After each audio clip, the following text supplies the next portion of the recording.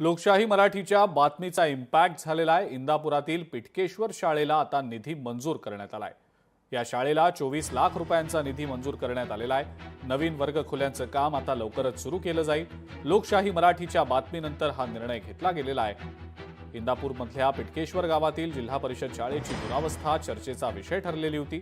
शाळेतल्या जुन्या खोल्या मोडकळीला आल्यानं विद्यार्थ्यांना शाळेच्या मैदानामध्ये बसून शिक्षण घ्यावं लागत होतं। या गैरसोयीमुळे पालक आणि गावकऱ्यांनी तीव्र नाराजी व्यक्त केली होती।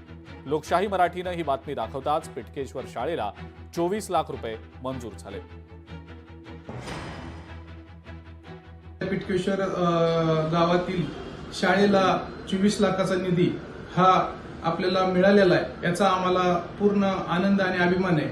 आज जो काही लोकशाही चॅनलने आणि त्या गावातील पालकवर्ग आणि ग्रामस्थ यांनी जो काही नाराजगी व्यक्त केली होती त्या माध्यमातून आज आम्ही माननीय क्रीडा मंत्री दत्तात्रय भरणे यांच्या माध्यमातून आमचे जिल्हा परिषदेचे मुख्य कार्यकारी अधिकारी गजानन पाटील साहेब यांच्याकडे पाठपुरावा करून 24 लाखाचा निधी हा मंजूर करण्यात आलेला आहे। दिवाळीच्या आधी नवीन वर्ग खोल्या पूर्ण होऊन आज आपले शाळेतील विद्यार्थी हे ह्या नवीन वर्ग खोल्यात जातील।